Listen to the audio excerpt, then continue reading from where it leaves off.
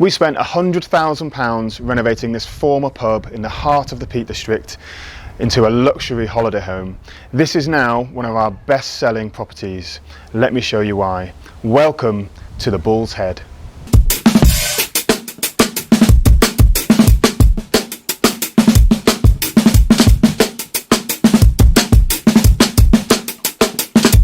So this property was a pub, a very popular pub in the heart of this beautiful town that we live in the Peak District called Chapel-on-the-Frith.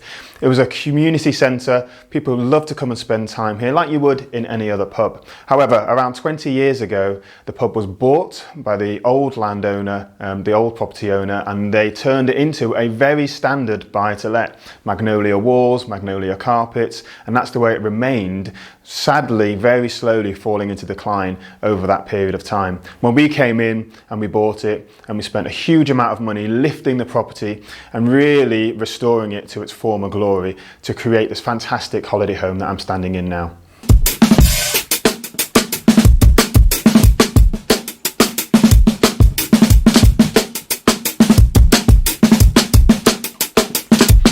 So here we are in the living room of the property. This would have been the original communal area of the pub where people would have had small tables and they'd have been drinking their beer and their wine and chatting like people do.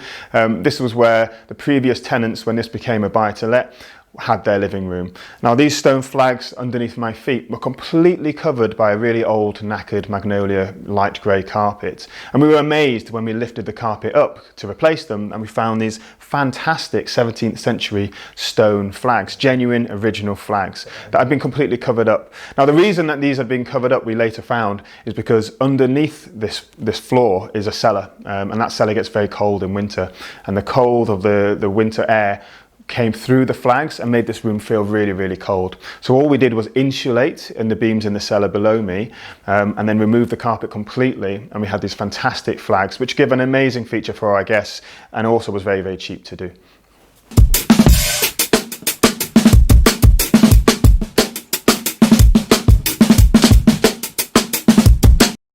Okay, so here we are in the kitchen. This was the main kitchen for the old pub, which leads directly onto the bar area, which is where I did the introduction with the large dining table in our dining room.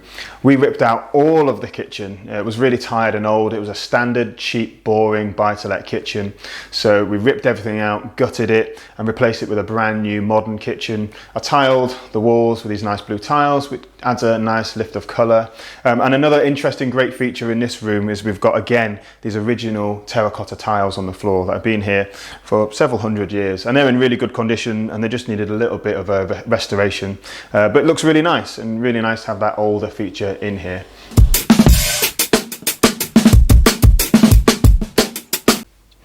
Here we have one of the few original doors that still remain in the property, dating back to when it was first constructed, approximately in the 1700s. We're not exactly sure when this property was built. It's really hard to track that down, but we think around the 1700s. It's a really lovely, amazing original feature. You can see little holes here where they've had the old locks and old keyholes, and it's great to have something of this kind of age in the property. You can see it's warped and it's got marks on it, and I really love that part of history that brings you through time to the modern era.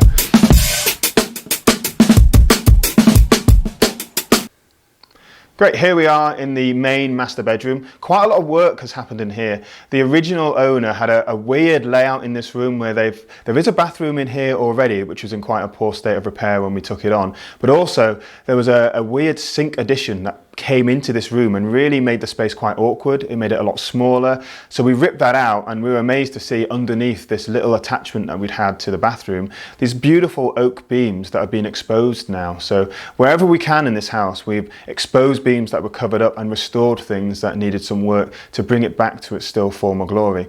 One of the other interesting things to note about this room is where I'm stood now, it's actually a foot lower than where the camera is. There's been some historic movement here in the property, and you can see it in the lines of the walls in the architrave. One of these main beautiful oak beams is actually 6 inches lower than the other one, and as you walk further back into this room, you actually go slightly downhill. So it's a really interesting part of old houses of this type. We've had it surveyed, there's nothing to be concerned about, it's just historic movement, and I would allude that it's been like this for at least a couple of hundred years.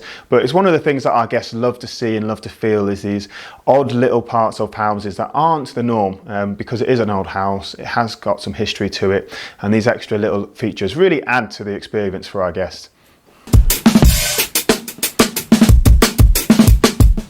So we did a lot of work in this, what is now a family bathroom, and it was formerly just a toilet with a very, very small sink. When this was a buy to let, that was absolutely fine because there was only a few people in this house. But this property now sleeps up to 12 people. So one of the things we need to consider as a holiday let business is creating enough bathroom space for the people that are staying with us, that there isn't a big queue for the bathroom and they can all do their ablutions in quick succession without having to wait too long to go to the toilet or go for a shower or whatever. So we extended this bathroom into the bedroom next door, which has taken some space away from that room, but it's created this much larger, much more pleasant family bathroom that services this entire floor. So there are 3 or 4 bedrooms that will now be able to share this bathroom, which makes the house a lot better and will work a lot more efficiently for the guests that we have.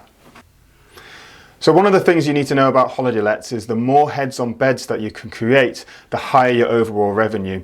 So for that reason, we created an extra room in this top part of the property, in the eaves and the attic, and we built this corridor and put this stud wall in order to create this extra bedroom, which creates 2 more sleeping arrangements or sleeping spaces for our guests. And this corridor now has an added benefit of it leads onto this spectacular room behind me, which is one of the best rooms in the whole property.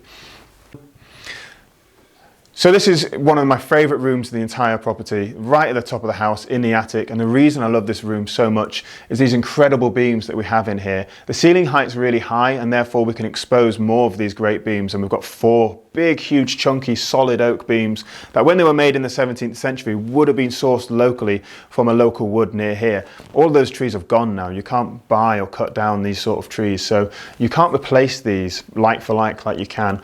And because they were harvested in the 17th century, they've all warped, they're all twisted, they're not perfect, and I absolutely love that. They've got such character and interest here. Some of these beams have got old nails that have been in there for several hundred years, and I've left them there to add character. And they've also got, if you'll notice, lots and lots of evidence of past woodworm. So when we bought this house, we got assured that there was no woodworm and it's all been treated. But you can clearly see in these beams and the beams in some of the other rooms just how bad the infestation would have been at one point. Now, just for safe measure, we have treated all these beams again, and there is no evidence of it. However, when we lifted up the carpets in the corridor area behind me, there was a couple of woodworm evidence in there, of active woodworm. If we hadn't done that and treated it, then that could have quickly spread throughout the whole house, and that could be very costly to fix. But that's all been fixed, all been treated, and just one of the things that you have to consider when you're buying a house of this type of age and history.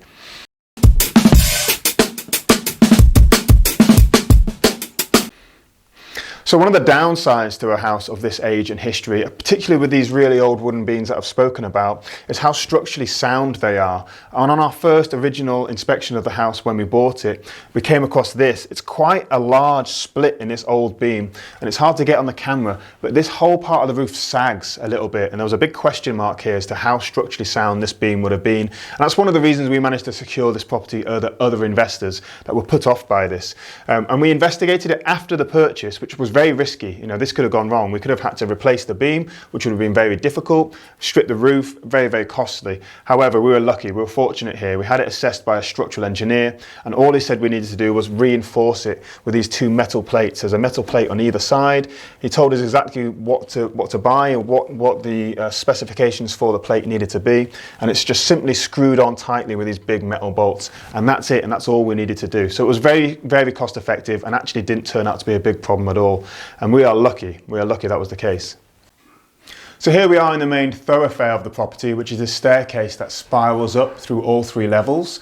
We keep downstairs as a very pubby feel. We've got a dartboard and a pool table. People can enjoy these social spaces in the evening. But upstairs we've done a very modern refurb, and all 3 bathrooms in the property have been completely renovated to a very high standard.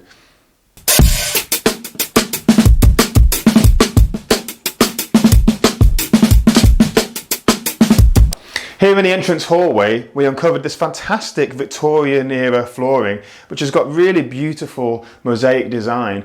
Unbelievably, when the previous owners had this as a buy-to-let, they'd covered all of this flooring over with carpets, grey, tired, old carpet. And when we lifted it to replace it, we could not believe that this was under here and this had been covered up. Now, unfortunately, only part of this flooring remains. They've covered up the vast majority of this floor with a bitumen type solution that they put the carpet on rather than a carpet liner. So we've lost a lot of this and it's not going to be able to be recovered, but we've saved what we can, and it's a great feature for people to walk into the house. So in the back garden, we had a real conundrum with what to do with this really old shed that had been there for several hundred years. But actually, I think it was more modern than that. You can see the layers of history in its construction. Someone had built the shed with modern red brick, little bits of old medieval stone they'd found. There's a big old massive stone lintel that was still in there. And it had just been kind of hodgepodge together over the years. And it was crumbling, it was old, it was dangerous, and we didn't know what to do with it. So in the end, what we did was just knock it down and create great car parking spaces for our guests. And one of the problems with holiday lets is having enough car parking. This created 3 or 4 spaces for us, and it really didn't have any value.